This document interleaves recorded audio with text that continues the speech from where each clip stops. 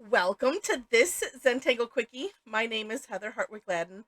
I'm a certified Zentangle teacher, and today we're going to take a look at the Tangle Half Orbs by CZT Mina Hsiao. And I hope I pronounce it right. Okay, this is a cute one. Um, I've been on the path of easy and neat looking, and this kind of fits both of those. All right, there are a couple ways to do this, or a couple uses, I should say. It's really there's one way. All right, so let's pretend we're gonna do this on a border, like so. That way. All right, I'm holding it so that way it's convenient for me. I should move this. No, that causes a problem. Okay, never mind. All right, so half orbs means just that. It's a half orb. So I'm going to start like right here. I'm going to draw a big orb, just half on that line. Then I'm going to come from the other side because I just find that to be easier. I'm going to draw another half orb, and yes, indeedy, we are going to overlap them, like so. Then, it's playtime! No, actually, then we're going to aura the inside. And on Mina's step out, she does give an alternate for how you might want to aura this or finish it off. And you can take a look at that. It's in the description section. Look for the link that says for more inspiration. But basically, what I'm doing is I'm just outlining the contour of each section that was created by these overlapping orbs.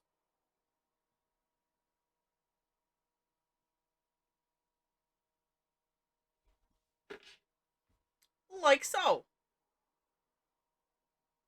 Then you can have even more fun. Let's see, and we'll go ahead and do that right now. I do believe. No, no, no. Pause. Let me.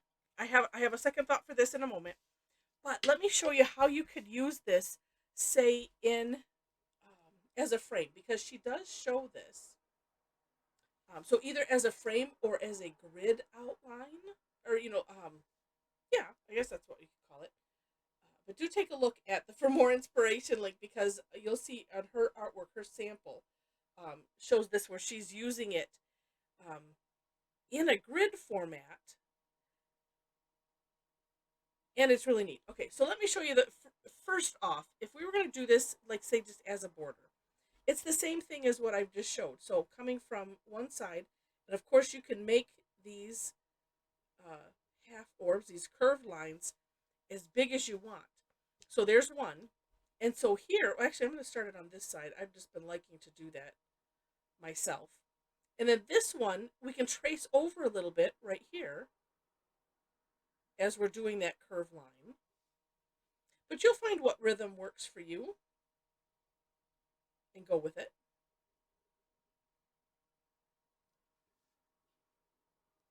You would think it would make sense to do it both the same ways.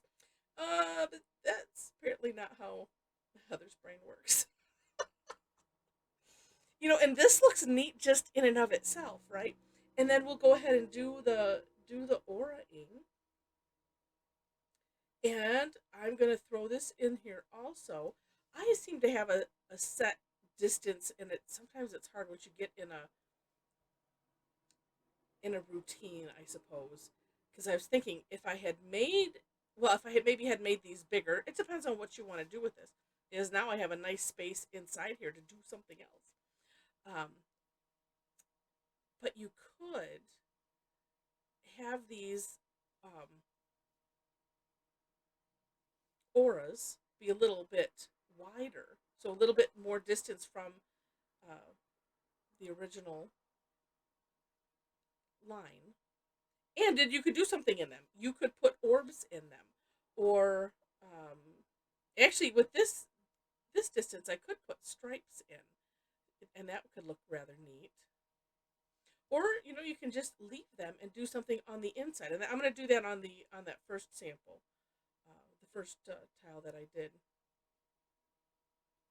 But this does look neat just as it is as well. But what's so fun about Zentangle is that while we have step outs, while we have suggestions slash guidelines. I mean, a lot of times we call them rules for lack of a better word, but we can still do a lot of things and put our own take on what we do, and it's just really neat. But what a neat frame! What a neat frame! So this could be, and I'm gonna suppose if this was a curvy line, you could still have just as much fun with it. You would just do the curves, these half orbs as you go, whether it's a curvy line or a straight line. All right, one additional way to have fun with this is we're going to do it on the flip side. So, actually, I'm going to find my original lines here, and it might be easier for, well, I can see it right there. Okay, so this is the outer line. And, yes. Okay. And then, when you aura them, I guess you just want to be careful. Well, and if you were going to do it this way, you could do the outer part and then do the auraing afterwards as well, which actually might be a better idea, just because then you kind of have that flow, because you could just aura that whole section. But how neat! And then, as I was starting to mention, you could do whatever you want on the inside. And so what I'm going to do is I'm going to hide those lines I'm essentially auraing this line here. This is a great way if you want to make that disappear. Now, it's not disappearing, in these sides, but it's okay. It's just kind of neat to do that. You don't really notice it as much, on the inside. It kind of takes over. But then, I mean, there's always the fill-in as well. So if you want to decorate, I had mentioned stripes, so you could put, little lines coming around and then fill in every other one. Again, if you wanted to do little orbs, you could do little orbs all the way around. You could even do just fine lines all the way around too, if you wanted to. You wouldn't have to fill in every other one. So many ideas for filling in and decorating. It's so much fun. Okay, so there we go. And then if you wanted to throw some shading, I would probably, yep, I'm gonna shade this interior. I'll do that on all of them, and then it'll make the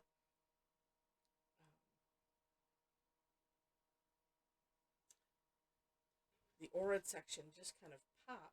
It'll recess this with the lines.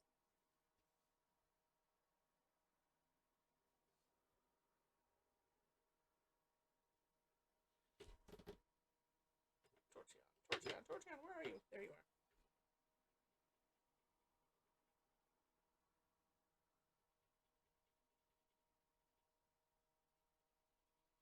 And just bringing it in a little bit.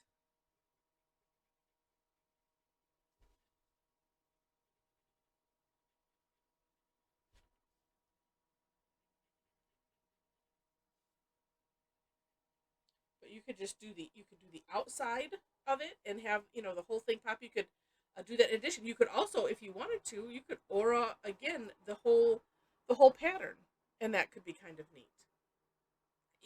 There's something magical about the aura, especially when you do a whole project and then coming back and filling it in, or I mean doing the aura all the way around. It's like it just finishes it so neatly.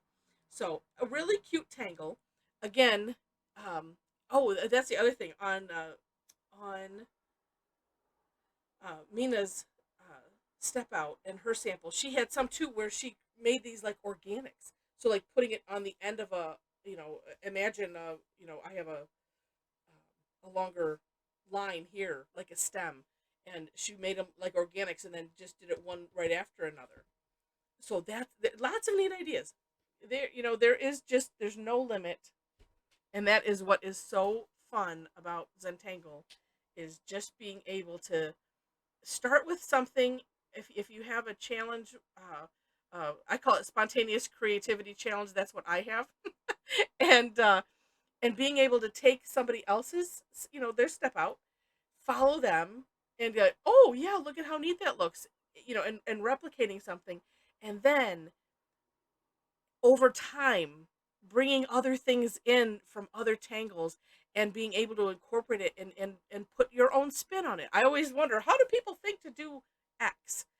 And I still don't know the answer to that question, but I've learned, well, just I might try this. I remember this from another tangle. Oh, let me try that. And oh my goodness, oh, it looks amazing. And we just start adding things in.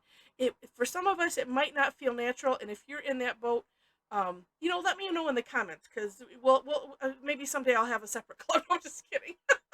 For those of us that are, feel creatively challenged in that way, and it's the spontaneous creativity. That's what I call it. I'm creative in a lot of ways, but just I think I'll put this here or that there, and that just escapes me and fascinates me at the same time. And those that just have that ability, I love to just watch and learn from. And if you are in that same boat, we too can be Zentangle artists. We can have fun. We can create really neat things, and it just starts here, following the step outs and just taking a deep breath and just doing. So, okay, off the soapbox. I hope you enjoyed the video. If you did, I would love to have a thumbs up or a like. Feel free to share it. And if you like it enough to see more, I would love to have you be a subscriber to the channel. All of that, including putting in comments, helps with the algorithms and all of that, and gets me out there more. It gets YouTube suggesting my videos more, and I sincerely appreciate that. Also, in the description section, ways to connect with me if you would so like to. I do classes almost twice a week. Every week I do have something free. So if you are interested in having some fun, having a lot of fun with a lot of other tanglers, I would love to have you join me on one of my Thursday tangle times. So information on that is on my website. Just look for the classes/sessions in the menu, and the information is there. So with that, thanks so much for watching, and I wish you happy tangling.